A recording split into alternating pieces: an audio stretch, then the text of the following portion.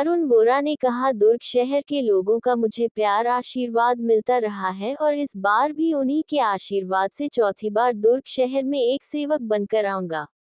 बाबूजी का आशीर्वाद और कांग्रेस पार्टी के शीर्ष नेतृत्व का मुझ पर विश्वास का नतीजा है, जो मुझे लगातार दुर्ग शहर से प्रत्याशी बनाया जा रहा है। नेतृत्व में कांग्रेस की सरकार बनी है, अंतिम छोर के व्यक्ति को लाभ पहुंचाने का काम किया गया है, हर व्यक्ति को लाभान्वित किया गया है। मुख्यमंत्री जी बहुत ही प्रैक्टिकल अप्रोच से काम करते हैं, चाहे हमारी आंगनबाड़ी की बहनें हों, चाहे हमारे सफाई कर्मचारी हो, चाहे हमारे मितानिन बहनें हों, सहायिका दीदी हो, सभी को लाभ पहुंचाने का काम माननीय मुख्यमंत्री जी ने किया है। और रही बात दुर्ग शहर में चहुमुखी विकास हुआ, चाहे नेहरू नगर से मिनी माता हो, थगड़ा बांध हो, गौरव पथ हो, और ऐसे काम हुए हैं जो मील के पत्थर साबित होंगे। तो ये बात सत्य है, भूपेश है तो भरोसा है, अरुण है तो विश्वास है। हमारी संस्कृति को बढ़ावा देने का कोई कार्य किया है तो हमारे मुख्यमंत्री जी ने किया है, हमारे खान पान को बढ़ावा देने का कोई कार्य किया है तो हमारे मुख्यमंत्री जी ने किया है, हमारे वेशभूषा पारंपरिक वेशभूषा को बढ़ाने के काम किया है तो हमारे माननीय मुख्यमंत्री जी ने किया है। भूपेश है तो भरोसा है, अरुण है तो विश्वास है। और विश्वास इसलिए है कि अगर कोई व्यक्ति किसी के सुख दुख में खड़ा होता है तो ये सबसे बड़ा काम होता है। विकास तो एक प्रक्रिया है, लेकिन लोगों को अरुण वोरा जी पे ये विश्वास है कि हमारा कभी भी सुख दुख होगा तो एक ऐसा दरवाजा है जहां हम कभी भी जा सकते हैं और अपने काम को करा सकते हैं, तो ये विश्वास है। नगर निगम ने जो विकास कार्य किए हैं उसमें विधायक महोदय का कितना हाथ है?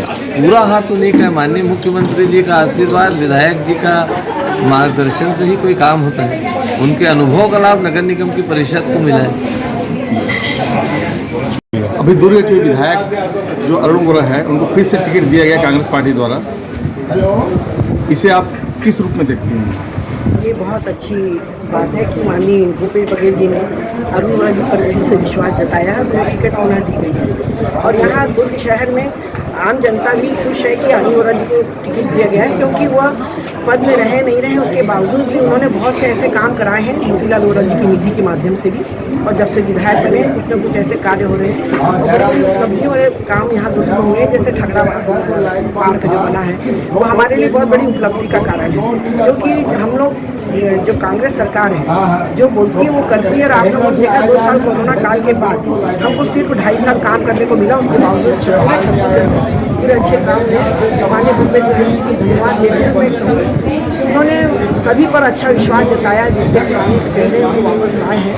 और माननीय मोतीलाल वोरा जी की जो परंपरा रही है यहाँ पर, माननीय वोरा जी को जो टिकट दिया गया तो उन पर विश्वास करके ये बताया गया है कि भाई छत्तीसगढ़ में एक अरुण वोरा जी एक ऐसे व्यक्ति हैं, उनका एक व्यक्तित्व बोलता है, उनका व्यवहार बोलता है, वे व्यक्तित्व के धनी है और वो पूर्ण रूप से गरीब हो चाहे अमीर सबके लिए काम करते हैं। और ऐसे विधायक को पाकर हम लोग खुश हैं, क्योंकि ऐसे व्यक्ति को काम मिलना चाहिए जिससे जो काम करा सके, लोगों के बीच में रास्ते बना सके। सर जी, आपको फिर से उम्मीदवार कांग्रेस पार्टी ने बनाया है, क्या आप समझते क्या इसमें कांग्रेस के मायने क्या समझते हैं? आपको फिर से देखिए, कांग्रेस पार्टी ने दुर्ग क्षेत्र की सेवा करने का मौका मुझे फिर से दिया है।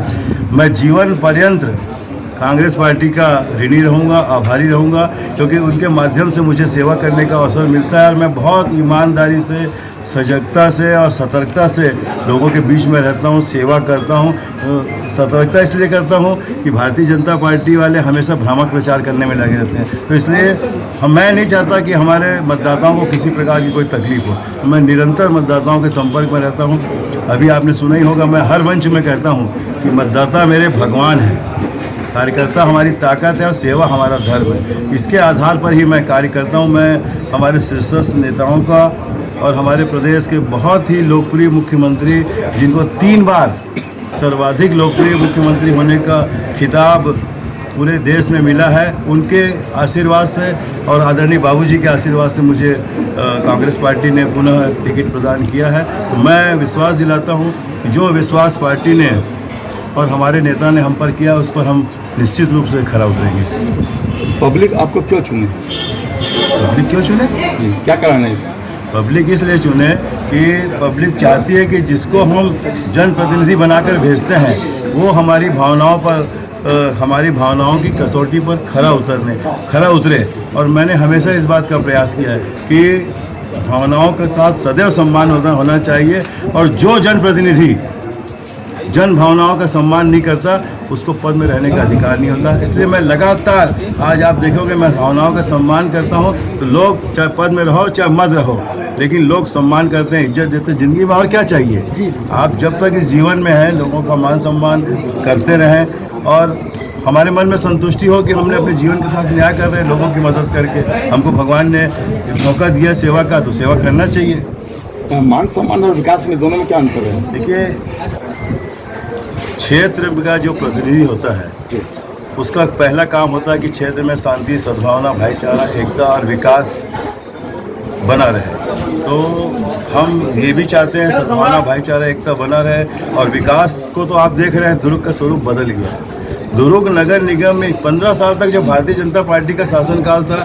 तो फूटी कौड़ी तक दुर्ग के विकास की नहीं मिली थी। हम लगातार भारतीय जनता पार्टी की सरकार से मांग करते रहे, लेकिन उन्होंने नहीं सुनी।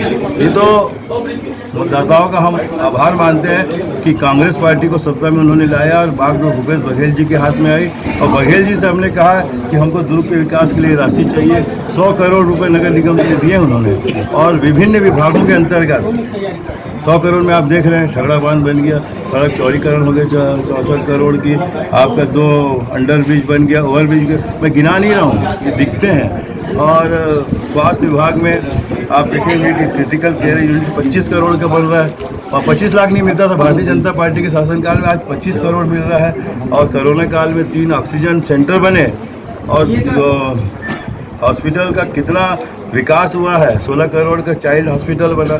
तो ये विकास हुआ है, लोक निर्माण विभाग ने काम किया है, पीएचई ने किया, पेयजल की व्यवस्था अच्छी हमने सुदृढ़ की है। तो लगभग हमने 500 करोड़ का काम इन 5 वर्षों में किया है। दुर्ग की जो मेन सड़कें हैं वे गड्ढों से भरी पड़ी हैं, उसमें सुधार कार्य क्यों नहीं हो रहा है? मेन सड़कें नहीं है, सड़क के आप दुर्ग की सड़क देखिए, आप नेहरू नगर से मेरी माता चौक का, उसको छोड़ दीजिए, जो नहीं, वो सुनिए ना, रोड है, और उसके बाद जो बुलवारा रोड है, उसकी स्टेशन रोड, उसको देख लीजिए आप। उसके बाद आप देखिए, आप जिस भी वार्ड में जाएंगे आपको डामरीकरण मिलेगा, और अच्छा हुआ है। एक स्टेशन वाली रोड है जो वहाँ गड्ढे हुए, इसके बारे में आप कह रहे हैं, उसके लिए मैंने कलेक्टर महोदय से कहा, क्योंकि आचार संहिता लग गई है, तो उसका भी राशि स्वीकृत हो गई है, उसकी भी राशि स्वीकृत हो गई है, और उसका पिचिंग भी काम कर रहे हैं। हमको चिंता है, स्टेशन रोड का भी हो गया, स्टेशन रोड का कार्य हुआ है, आप कब हुआ सर? और होगा, डामरीकरण अभी होगा, अभी सैंक्शन हो गया है, उसके लिए राशि स्वीकृत करा दी है। मैं कोई अपने सफाई नहीं दे रहा हूँ, हम काम करते हैं, और काम करने के आधार पर ही और सद्भावना के आधार पर ही मतदाताओं के बीच में रहते हैं। कांग्रेस की सरकार फिर से बनने वाली है 100%, 75 पार होगी, और कांग्रेस की सरकार बनेगी कि लोग इस बात को अच्छी तरीके से भली भांति जानते हैं कि कांग्रेस का विकल्प कोई नहीं है इस प्रदेश में। भारतीय जनता पार्टी के कुशासन को लोगों ने देखा है, कुछ भी काम नहीं हुआ, केवल और केवल उन्होंने अपना ही विकास किया है। भूपेश बघेल ने जैसे पूर्व चुनाव के पहले गंगाजल उठा के शराबबंदी पे कसम खाई थी, इस बार क्या होगा? मैं भी विधानसभा में ऐसा बघेल जी को गंगा जल उठाते बैठे तो नहीं देखा है। आपने कहाँ देख लिया? उन्होंने नहीं कहा देखा किया, बल्कि ये कहा था कि नहीं, मैं भी उस सदस्य हूँ विधानसभा का, भूपेश बघेल जी के साथ ही हूँ मैं लगभग 10 वर्षों से विधानसभा में, और मैंने देखा कि ऐसा गंगा जल तो उन्होंने ये बात जरूर कहा कि जन भावनाओं का हम सम्मान करेंगे, और उन्होंने एक सर्वदलीय समिति बनाई। कांग्रेस के विधायकों ने तो अपनी रिपोर्ट दे दी है, लेकिन भारतीय जनता पार्टी के विधायकों ने अभी तक रिपोर्ट नहीं दी है, तो उसका क्या किया जा सकता है? आप बताइए, उसका क्या किया जा सकता है? आपके पार्टी के लोग जो हैं, वरिष्ठ जो नेता, वो संतुष्ट माने जा रहे हैं अभी टिकट आपको मिले?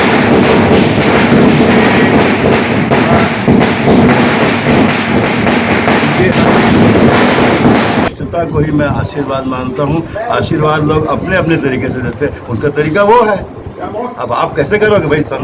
हर कोई संतुष्ट हो नहीं सकता। आप भी किसी को संतुष्ट कर सकते हो क्या? आपके घर में 5 सदस्य हैं, 5 में इस परिवार में, तो परिवार में 4 सदस्य आपसे खुश रहेंगे। मेरे भी ऐसे सभी जगह ऐसे ही होता है, तो कोई ना कोई, लेकिन असंतुष्ट जो होता है ना, उसको आशीर्वाद के रूप में लेना चाहिए। इससे बड़ा आशीर्वाद और कोई नहीं हो सकता। यही हमको काम करने की प्रेरणा देता है, यही हमको ताकत देता है, यही हमारा संबल बढ़ाता है और यही हमारी ऊर्जा बढ़ाता है। कांग्रेस पार्टी